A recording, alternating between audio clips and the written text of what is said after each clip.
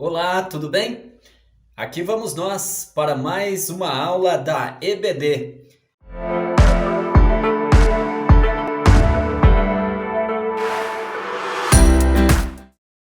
Não tive tempo nesta semana de gravar e editar, mas não poderia deixar de compartilhar com os meus amigos, principalmente o grupo que recebe os meus vídeos através de outras mídias, né? Principalmente os professores da EBD. Seja bem-vindo, seja bem-vinda. Quero agradecer o seu carinho de sempre estar comigo em alguns dos meus canais aqui, de uma vez que os meus vídeos eu posto também no YouTube, posto também no Facebook, enfim, aonde você estiver, muito obrigado pelo seu carinho, tá bom? Especificamente, este vídeo é uma mini aula, uma pré-aula, eu diria assim, da EBD, Escola Bíblica Dominical, um trabalho que acontece todos os domingos na maioria das igrejas evangélicas no Brasil. Especialmente eu sou da Assembleia de Deus, pertenço à Assembleia de Deus e, para tanto, eu faço uso do material da CPAD, da Casa Publicadora das Assembleias de Deus do Brasil. Nós estamos estudando neste ano de 2002, no primeiro trimestre, porque as lições da EBD são trimestral. Neste primeiro trimestre, estamos estudando sobre a supremacia das Escrituras. Está ao contrário, né, na câmera aí, estou fazendo no celular, na minha casa mesmo, enfim, por conta aí da correria. E já estou gravando hoje, que é sexta-feira, dia 14 de janeiro de 2022, e esta aula presencialmente será no próximo domingo, dia 16 de janeiro. Então, tá tudo em cima e tal, mas vamos lá, vamos que vamos. Bem, então estamos estudando sobre a supremacia das Escrituras, um assunto que faz parte de uma das matérias do curso de teologia, que é a bibliologia. Quando você estuda bibliologia, você vai se aprofundar, ou você se aprofunda bastante nestes assuntos. Embora a escola bíblica dominical, eu digo e repito, e vários estudiosos, amigos, professores, até mesmo pessoas assim eruditas, eles dizem que a EBD é a maior escola do mundo. Então, faço parte desse grupo aí, para mim é um prazer muito grande. Bem, já tivemos 2 aulas nesse trimestre, de uma vez que nós estamos estudando o tema central, né, que é a supremacia das Escrituras. Nós tivemos a primeira aula, que inclusive está no YouTube também, eu gravei, a primeira aula intitulada A Autoridade da Bíblia. Trabalhamos sobre a autoridade da Bíblia. Depois tivemos a segunda aula, que nós tratamos especificamente sobre a inspiração da Bíblia. E hoje, propriamente dito, o título da aula de hoje, que então vai acontecer presencialmente, como eu disse, no próximo domingo, dia 16 de janeiro, o título da lição de hoje é A Inerrância da Bíblia, né? Esse é o termo. Deixa eu abrir aqui a minha... aí, tá aqui, ó. Nessa forma. Então, o título é a inerrância da Bíblia. Inerrância. Nós vamos discutir, nós vamos meditar um pouquinho aqui para pensarmos um pouco o que significa inerrância. Tá bom? Tem um texto base, um texto que nós chamamos de áureo. Nós chamamos porque é colocado assim pelo departamento pedagógico da CPAD, né, que prepara as aulas, tudo direitinho. E o texto-chave para nós trabalharmos está em Mateus 5,18, que Jesus falou o seguinte, olha: porque em verdade vos digo que, até que o céu e a terra passem, nem um jota ou um tio se omitirá da lei, sem que tudo seja cumprido.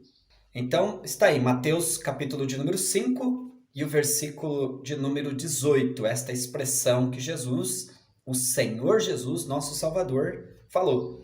Porque em verdade vos digo que até que o céu e a terra passem, nem um jota ou um tio se omitirá da lei, sem que tudo seja cumprido.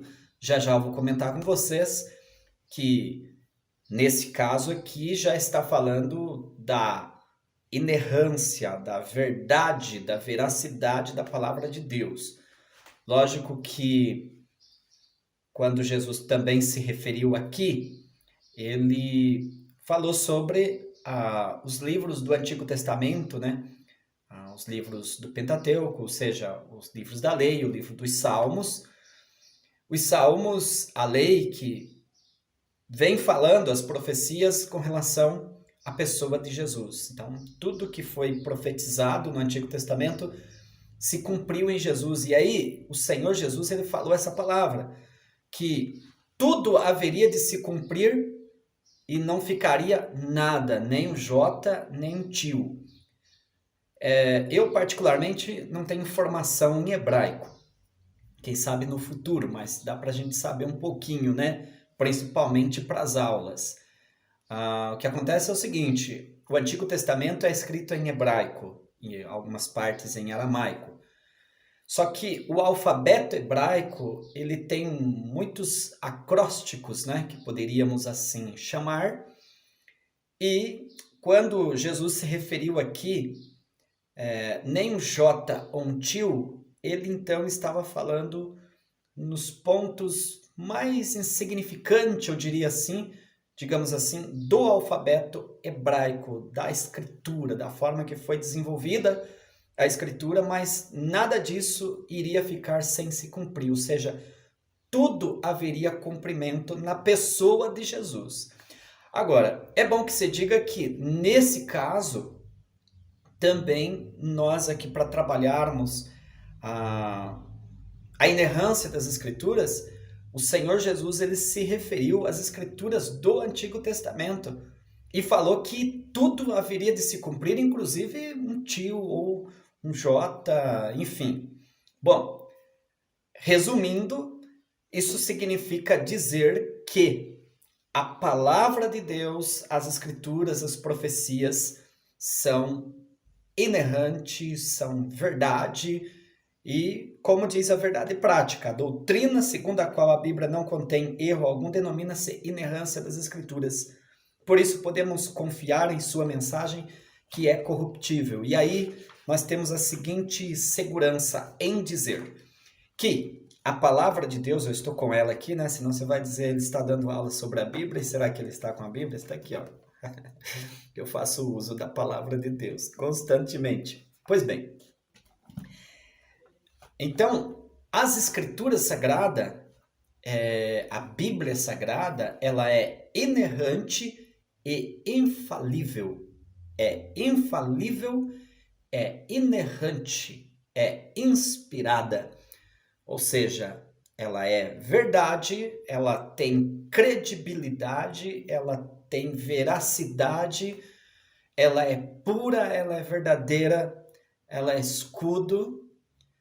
Graças a Deus por isso. Quero até dar os parabéns para você que está se dedicando em estudar a palavra de Deus. Tudo que a gente precisa está na palavra de Deus. E nesses comentários, fique tranquilo que as minhas aulas aqui no vídeo não é tão longa. Até porque eu sei que as pessoas não ficam muito tempo, então fica um pouquinho mais aí comigo. Mas a minha aula presencial é mais de 1h30, tá bom? Se você quiser estudar comigo, você pode vir. Se você morar aqui na região de Cabreúva, enfim, eu estou na Rua França, 615, bairro Vilarejo, Cabreúva, São Paulo, todos os domingos às 8h30 da manhã, ministrando aula. Claro que eu tenho mais professores comigo, que com permissão deles, em outros vídeos eu posso citá-los, os nomes deles aqui no vídeo também. Mas eu sou um dos professores, sou amante da EBD, da Escola Bíblica Dominical. Então, na aula de hoje, para a gente entender esse conceito, a inerrância da Bíblia, a inerrância das Escrituras, a gente vai trabalhar o primeiro tópico e descobrir, ou meditar, pensar um pouco o que vem a ser de fato inerrância. É imprescindível. É importante que o professor, que a professora, né, saiba o que significa isso, de fato, qual que é o conceito de inerrância. E depois, a gente também vai ver no segundo tópico aqui da lição a questão da preservação da palavra. Então, ela é inerrante, mas ela também foi preservada. Quem fez esse trabalho de preservar é o próprio Deus, na pessoa bendita e maravilhosa do Espírito Santo. E finalmente, no tópico de número 3, onde a gente fecha a aula, nós vamos trabalhar sobre a questão da verdade da palavra propriamente dita. Tá bom? Então vamos lá. O que é inerrância? De repente você está na rua ou você está ministrando aula e o seu aluno diz, mas eu quero saber detalhes, o que significa inerrância. Pois é, a inerrância é uma doutrina segundo a qual a Bíblia não contém erro algum. O próprio termo já fala. Inerrância significa que não tem erro, nenhum tipo de erro, tá? Significa que ela é verdadeira em tudo que afirma, tudo. Eu já vou até adiantar para você, porque de uma vez que a Bíblia é a palavra de Deus e de uma vez que foi Deus que inspirou os escritores, então Deus é puro, é santo, é verdadeiro. Não existe falha em Deus, em hipótese alguma, então logo na palavra dele também não vai haver nenhum tipo de erro. Tá? Então, é dentro dessa linha de raciocínio que a gente tem essa segurança em dizer que a palavra de Deus é inerrante. Porque pode acontecer de ter alguma pergunta do tipo assim, tá, mas eu não achei ainda esse termo inerrante na Bíblia, ou seja, a palavra inerrante, não está escrito na Bíblia. Não está, mas o conceito teológico, como eu estou falando aqui para você, está. Ela é inerrante. Tá certo? Então, ela é isenta de erros em qualquer aspecto. No nosso caso das Assembleias de Deus, nós temos uma declaração de fé. Que se você, mesmo independente da sua denominação religiosa, se você quiser adquirir, pode, tá? Um manual de declaração de fé. E lá na nossa declaração de fé, diz o seguinte: a Bíblia é a nossa única fonte de autoridade e inerrante, infalível, completa e inspirada palavra de Deus. Isso é um dos tópicos da nossa declaração de fé, da nossa querida Assembleia de Deus. Então nós temos muita segurança, isso para nós é a palavra de Deus, entende?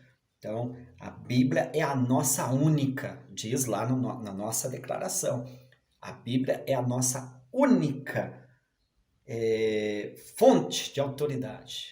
Eu quero ter autoridade, saber de autoridade. A Bíblia, a palavra de Deus. O que mais? Ela é inerrante, ela é infalível, ela é completa. Tudo que eu preciso está na palavra de Deus. Tudo que eu preciso está na palavra. E aí eu quero até dizer para você, de repente, você sabe, já soube de alguém que disse, não, Denilson, mas eu já vi um irmão que é cheio do poder de Deus, cheio da unção, ora muito e tal, aquela coisa toda, e ele profetiza, ou ela profetiza e tem visões e por aí vai. Bem, se tudo que ele falar tiver em acordo com as Escrituras, com a palavra de Deus, está tudo certo. Mas se ele falar, pode ser ele dizer que é uma revelação, ou teve visões, enfim, mas se não tem coerência com as Escrituras Sagradas, simplesmente não pode acreditar, né? Não vamos dar crédito. Eu, particularmente, não acredito em nada que não tenha base bíblica, tá bom? Então, porque a Bíblia para nós é a única, ela é única, não é uma das, é a única fonte de autoridade. Eu já recebi muitas palavras proféticas e recebo constantemente, mas eu estou bem atento se está tudo em acordo com a palavra de Deus. Legal? No subitem 2 aqui, ainda discutindo sobre o que é a inerrância da Bíblia, mostra pra gente o seguinte: a própria Bíblia, na verdade, o próprio contexto, nos próprios textos da Bíblia, ela reivindica a sua inerrância, como, por exemplo, no livro de Provérbios está escrito, Provérbios 30, verso 5, fala o seguinte: toda palavra é pura, toda palavra de Deus é pura, está escrito em Provérbios. Então, ela mesma reivindica essa inerrância. No Salmo de número 18, verso 30, diz que a palavra do Senhor é provada, ou seja, é testada. Você pode até fazer prova se aquela palavra não vai se cumprir, entende? Ela se cumpre. A palavra de Deus é pura, é provada, é perfeita. Louvado seja Deus. Em 2 Samuel, capítulo 22, versículo 31, diz que a palavra de Deus é perfeita, é refinada. O caminho do Senhor, portanto, é perfeito. Então, meu amigo, minha amiga, a palavra de Deus é inerrante, não tem erro. Você pode estar seguro lendo, meditando e vivendo, e ensinando e pregando a poderosa palavra de Deus. E, aliás, é ela que conduz os nossos passos. Você está lembrado que na primeira aula nós abordamos aqui sobre o Salmo de número 119, verso 5, que diz: lâmpada para os meus pés é a tua palavra e luz para o meu caminho. Olha que importante. Então, ela é lâmpada para os nossos pés e luz para o nosso caminho. Você quer ter uma vida vitoriosa, uma vida afastada do pecado, por exemplo? É você meditar, ler a palavra de Deus e procurar praticá-la. Eis aí a santificação e é tudo que Deus quer. E outra, nós temos segurança com a palavra, né? Vamos em frente. Então, baseado no que Jesus falou lá em Mateus, né, no capítulo de número 5, verso 18, Jesus disse: porque em verdade vos digo que até que o céu e a terra passem, nem um jota ou um tio se omitirá da lei, sem que tudo seja cumprido. Então é o seguinte, de acordo com essas declarações, essa declaração do Senhor Jesus mostra que, em hipótese alguma, a palavra de Deus vai ser anulada ou pode ser anulada, ou seja, ela é a verdade. Em João, capítulo de número 17, versículo 17, o Senhor Jesus estava orando pelos discípulos e ele disse: Pai, santifica-os na verdade, a tua palavra é a verdade. Então eu diria assim, você quer ter uma vida de santificação? Creia na palavra, viva a palavra, estude a palavra, medite na palavra, porque a palavra de Deus é a verdade. Bem, então nós usamos os termos constantemente, principalmente os pregadores pentecostais, assim como eu sou um deles, e eles falam, porque a palavra de Deus é inerrante, é infalível, é imutável, ela não muda. E quando fala de infalível, vem esse termo da infalibilidade da palavra. Então, a palavra de Deus, a Bíblia Sagrada, ela é infalível e ela é inerrante. Existem grupos de pessoas que chegam a dizer que ela é infalível, mas não é inerrante. E eu, particularmente, vou discordar disso, e também todo o corpo docente aqui desse material nosso também discorda, porque não, a palavra de Deus é verdade, ela é pura, ela é infalível, ela não muda, ela não falha. O que ela diz vai acontecer, não sei se você lembra, lá em Isaías capítulo 55, versículo 11, diz o seguinte, que a palavra de Deus, eu vou até abrir para você, para ler juntamente com você, mas se você tiver uma Bíblia aí, você pode abrir também, tá? Isaías, no capítulo de número 55, eu gosto desse texto, porque me dá muita segurança.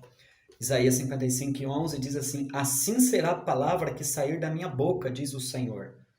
Ela não voltará para mim vazia, antes fará o que me apraz e prosperará naquilo para que a enviei. Então a palavra saiu e ela vai surtir o efeito. Não existe você falar a palavra de Deus e ela não ter efeito. Por isso que eu estou seguro, por exemplo, aqui nesta gravação. Porque eu tenho certeza que você está aí do outro lado ouvindo, baseado também no que diz aqui o texto. A gente não está falando ao vento. Então, isso é muito confortante. Há um consolo para os pastores, para os pregadores, para as pessoas que fazem a obra de Deus, para que tenha certeza que o seu trabalho não é em vão.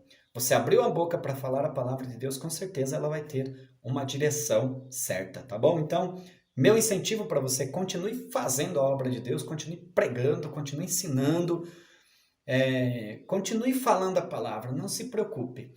O que não é aconselhável é falar da gente mesmo, né? O querer usar as próprias sabedoria própria, enfim, esquecer da palavra. Não, aí corre sim, corre risco. O risco que eu digo do trabalho ser feito até em vão. Mas se você faz uso da palavra, fica tranquilo. O pregador ele pode ministrar tranquilo a palavra de Deus. Ele pode ministrar e ele pode, inclusive, profetizar. Eu gosto demais de profetizar a palavra de Deus. Por quê? Eu tenho certeza, plena convicção de que a palavra de Deus, ela se cumpre, é baseado aqui em Isaías 55:11. Vamos fechar então o ponto? O que é inerrância da Bíblia? Inerrância da Bíblia é a doutrina segundo a qual a Bíblia não contém erro algum. E ela também é infalível. Ela reivindica que ela é pura. Portanto, a Bíblia é totalmente inspirada por Deus e ela é isenta de erros. E por isso, ela é a nossa autoridade principal. Ela é a nossa autoridade final de fé e prática. Quer ter uma vida vitoriosa? Viva a palavra de Deus. Como eu disse para você, para me entender o conceito da inerrância da Bíblia, porque foi Deus que inspirou os escritores, eu também tenho que entender que Deus preservou a sua palavra, porque foi escrita por homens. É o que a gente vai ver no tópico 2. O Espírito Santo preservou as escrituras. Então, no subitem 1 aqui da minha lição, estou com ela, fala os manuscritos autógrafos. O que é isso? Os manuscritos autógrafos. Lembra que nós comentamos aqui que Deus inspirou os escritores? Tivemos o caso de Moisés, tivemos o caso de Davi, vários escritores, são cerca de 40 escritores que escreveram a Bíblia. E eles escreveram inspirado por Deus, nem eles imaginavam. Só que naquele momento que eles estavam escrevendo, eles estavam sendo usados por Deus. Eles estavam sendo usados pelo Espírito Santo. Eis aí, então, o brilhante trabalho do querido, do amado Espírito Santo, que eu sou apaixonado pelo Espírito Santo, porque é a nossa vida, né? É a nossa vida, está em nós, prepara oportunidades, enche o nosso coração, e é o Espírito Santo que usou esses homens para os manuscritos autógrafos. Quando fala aqui, né, está falando de a mão, né, e original, ou seja, o primeiro. Tá? Então, fica claro isso daí. Os manuscritos autógrafos originais são chamados, os manuscritos originais são chamados de autógrafos. Não confunda, né? Às vezes, o que é autógrafo, o que é manuscrito? Não. Os manuscritos originais, quando os irmãos escreveram, eles são chamados de autógrafos, da onde vem a ideia de dar um autógrafo aí, entendeu? A mão ali, entende? Porque é o original. Quando você vai comprar um livro de uma pessoa, é muito importante, se você está com o autor, falando, dá um autógrafo aqui. Você vê que é original, você pegou da mão dele ali aquele livro. Não passou lá pela editora, pelas lojas, você já pegou direto ali da mão do autor, é muito legal. São os textos com a grafia de próprio punho do autor bíblico ou do escrevente. Claro que é bom você, como professor, abordar essa questão na sala de aula. Que os irmãos que escreveram a Bíblia, não necessariamente os que foram autógrafos, não necessariamente eles escreveram. De repente eles receberam a mensagem, mas não escreveram, como o caso de Paulo, por exemplo. Tinha uma pessoa que escrevia, mas quem recebia era Paulo, no caso, né? Já tem outros casos que ele mesmo recebeu, ele mesmo escreveu. Muito bem. Então, vamos dizer assim, os primeiros escritos, ou seja, os manuscritos autógrafos, ou seja, os originais, eles foram inspirados pelo Espírito Santo, tudo bem? Aí no subitem 2 já fala sobre a questão dos manuscritos apógrafos. E aí tem que ter um pouquinho de cuidado para não confundir esses termos, né? Autógrafos e já aqui apógrafos. Então você tem manuscritos autógrafos e já no subitem 2 nós estamos trabalhando aqui dentro dessa temática extraída da lição, né, do tópico geral da lição, que é o Espírito Santo preservando as Escrituras. Então, para mim entender isso, eu tenho que analisar que tem o processo dos manuscritos autógrafos e tem depois o processo dos manuscritos apógrafos. O que é isso, Denilson? Manuscritos apógrafos. Isso se refere às cópias. Lógico, se você escreveu o primeiro, aí você vai ter uma infinidade de outros. Agora é bom que se diga que a inspiração, ela foi inspirada no original. E as cópias, consequentemente, vêm com a inspiração de Deus. Deus inspirou uma vez e bastou, né? Então, se alguém tem dúvida, não, mas eu não creio, porque tem um pessoal que diz, né? Tem um pessoal que pega as nossas traduções mais novas e diz, mas isso aí foi extraído de quanto tempo, não sei o quê, pode ser que perdeu a inspiração. Jamais. Jamais. Que é isso? Você lembra que Jesus usou a Bíblia lá em Lucas, capítulo de número 4, versículo 16, 17, por ali assim? Você vai ver que Jesus estava na sinagoga e trouxeram para ele ali, ou ele recebeu o livro, que era o livro do profeta Isaías, e ele leu ali. Lógico que aquele livro que ele leu ali era uma cópia dos originais. Ou você acha que era o original que ele leu? Não, tinha várias sinagogas, já tinham passado muitos tempos, desde quando foi escrito, ele usou uma cópia. E ele disse, esta escritura se cumpriu no ouvido de vocês hoje. Porque a palavra de Deus, ela tem que se cumprir. Tranquilo? Tranquilo? O que significa manuscritos autógrafos e manuscritos apógrafos? Vou repetir para você.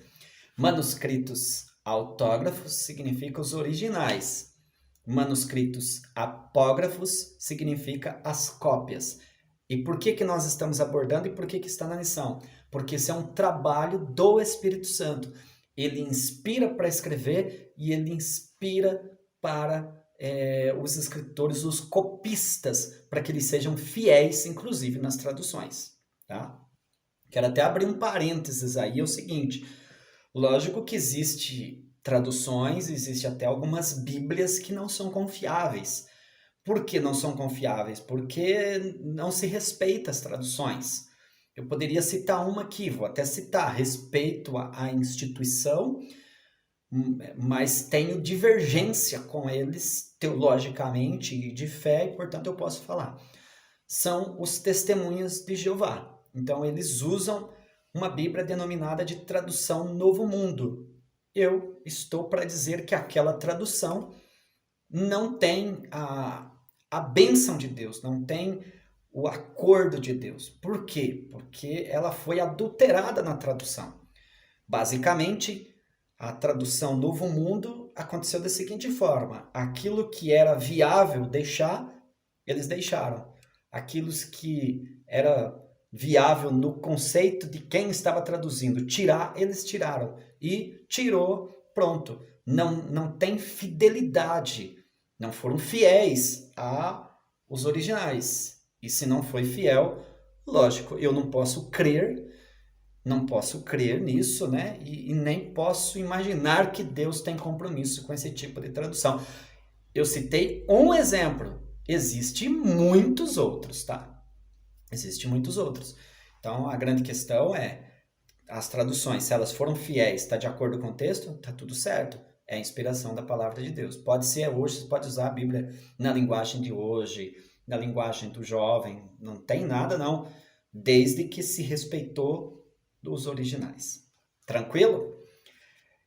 E o subitem 3 aqui desse mesmo tópico aparece a ideia dos apócrifos e pseudoepígrafos. Que cuidado que tem que ter nessa lição para não confundir esses termos, né? Olha só.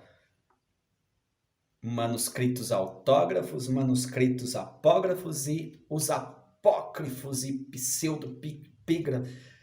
Os apócrifos e pseudoepígrafos. O que isso tudo quer dizer? Bom, precisa ser comentado.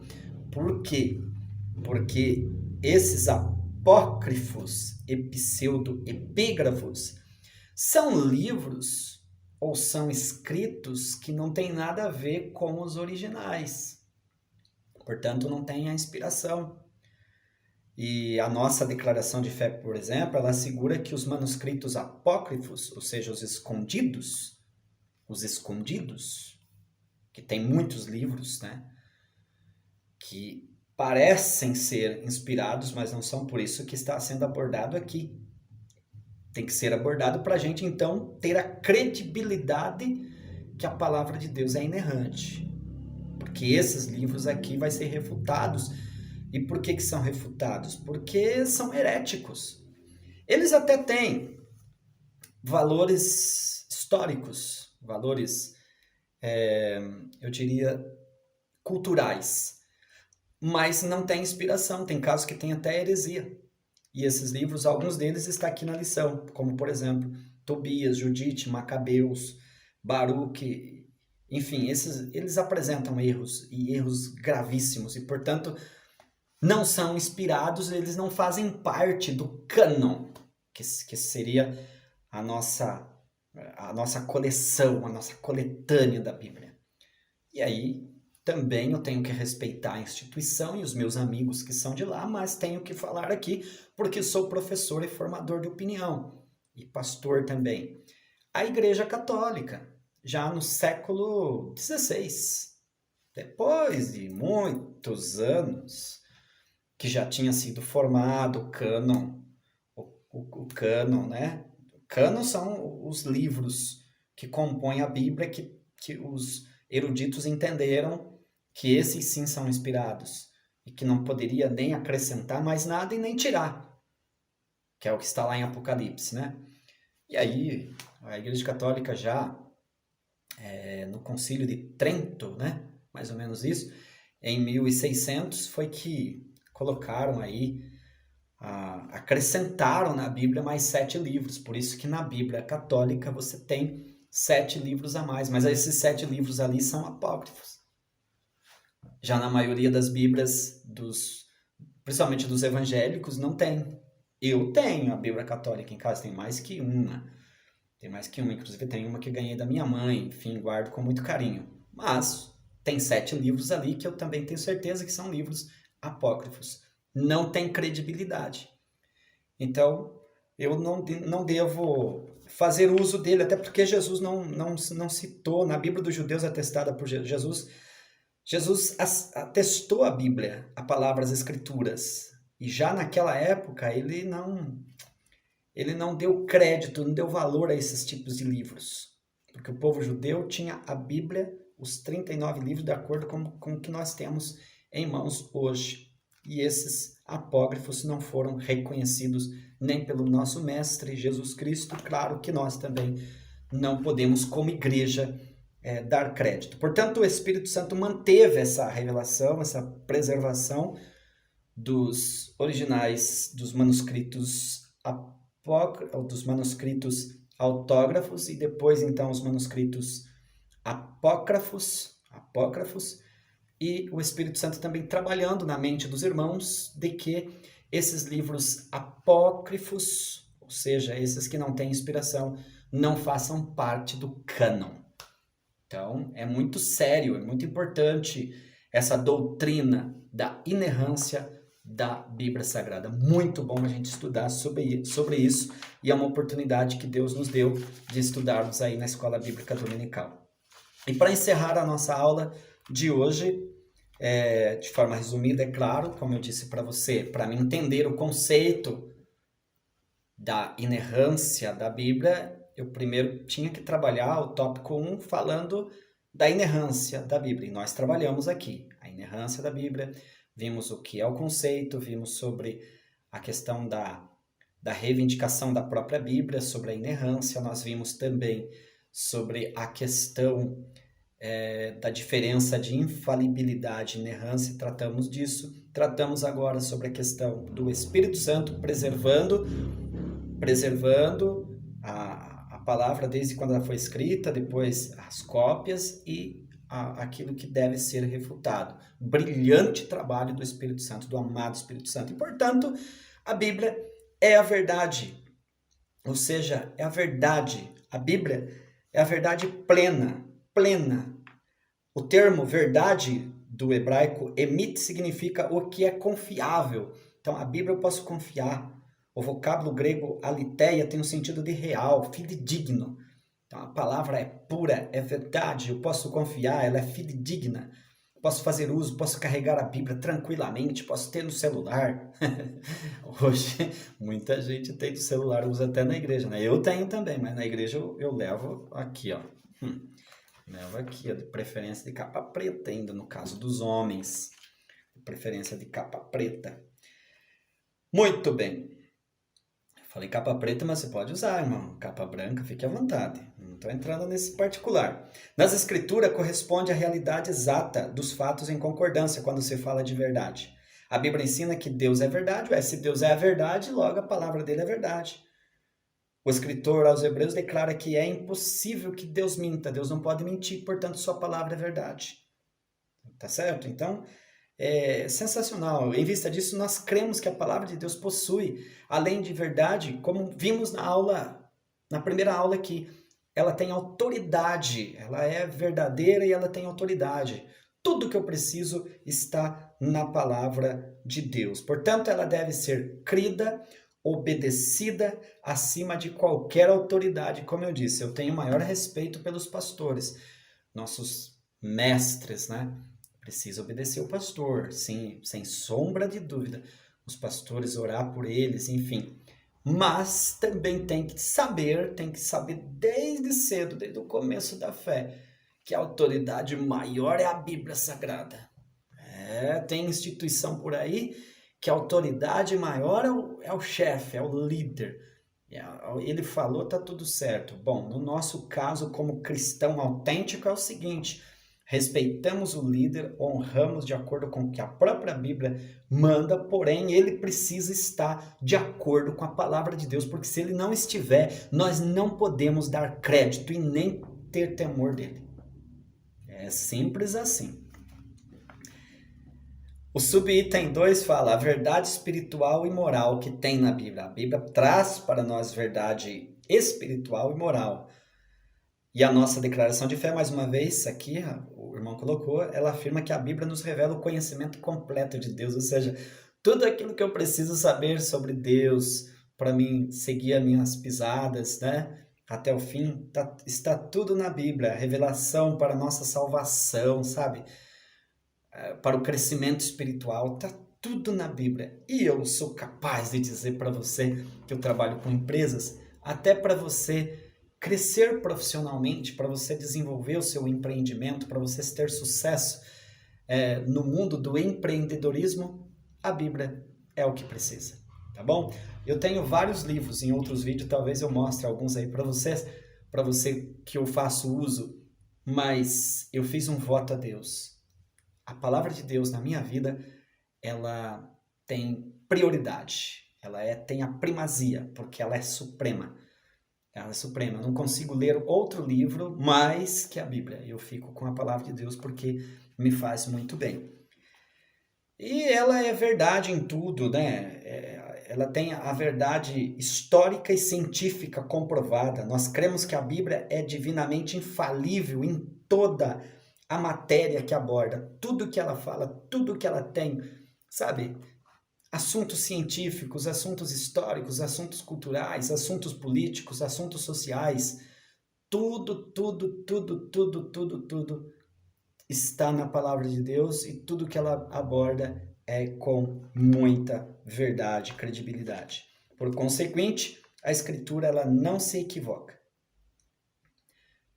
Ela descreve a criação, ela descreve os eventos da história e os fenômenos da ciência. Eu guardei para falar para você o seguinte: se ela é verdadeira, e como de fato é, e que até o presente momento nós estamos vivendo agora, o ano de 2022, quando eu estou gravando este vídeo, 2022, e até aqui a palavra de Deus tem guardado, a igreja tem prevalecido, até os dias de Jesus, ela teve seus cumprimentos. Querido, então a doutrina da escatologia, que é uma outra doutrina, que ela é específica e ela é fundamental, doutrina fundamental do cristianismo, é fato, é realidade.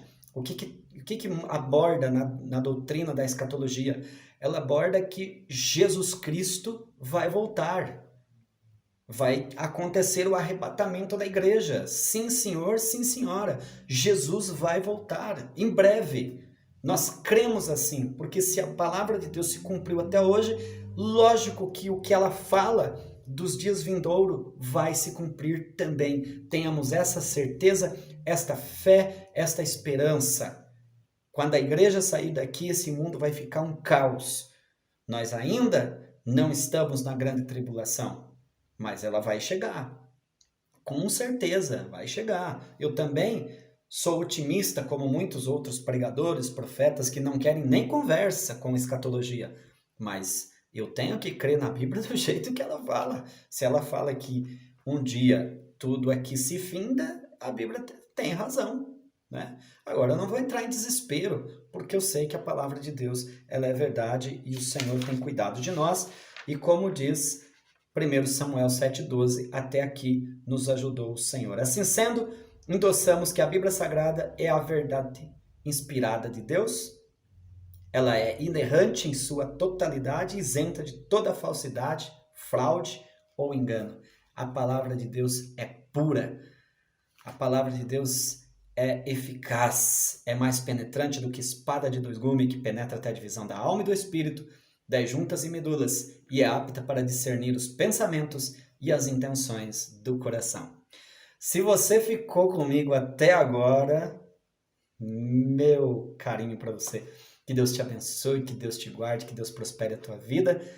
E olha, se você não se inscreveu no canal do YouTube ou então aí no meu Face, em algum lugar, se inscreva aí, deixa comentário e faz alguma coisa. Te amo em Jesus, conecta a sua fé aí comigo e eu profetizo sobre a tua vida um tempo de paz, de prosperidade, de bênção. Um ano 2022, 10 vezes mais para a tua vida, para a tua família, tá bom?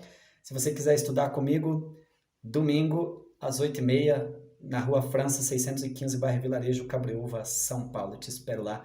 Ou então no próximo vídeo aqui no YouTube, tá bom? Até mais, que Deus te abençoe.